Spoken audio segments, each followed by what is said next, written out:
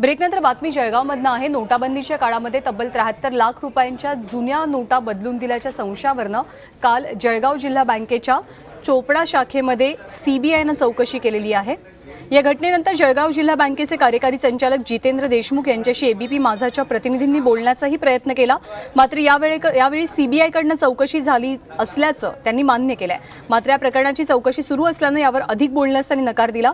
काल सीबीआयच्या दिवसभराच्या चौकशीनंतर जळगाव जिल्हा बँकेचे कार्यकारी संचालक जितेंद्र देशमुख यांच्यासह चोपडा शाखेचे व्यवस्थापक डीबी पाटील आणि कॅशियर रविशंकर पाटील यांच्यावर गुन्हा दाखल करण्यात आलाय।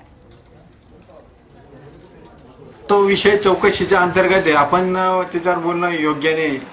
शेवटी दोन्ही न्यायालय आणि सीबीआय या दोन्ही अत्यंत वरिष्ठ संस्था आहे। मी पुन्हा एक वार तुम्हाला सांगतो, त्याच्यामुळे आपण बोललेलं त्याच्यावर योग्य होणार नाही। असं चौकशीला तुम्ही सहकार्य करणार आहेत? बँकेचं संपूर्ण सहकार्य चौकशी अधिकाऱ्यांना कालही होतं आणि याच्या पुढेही राहील।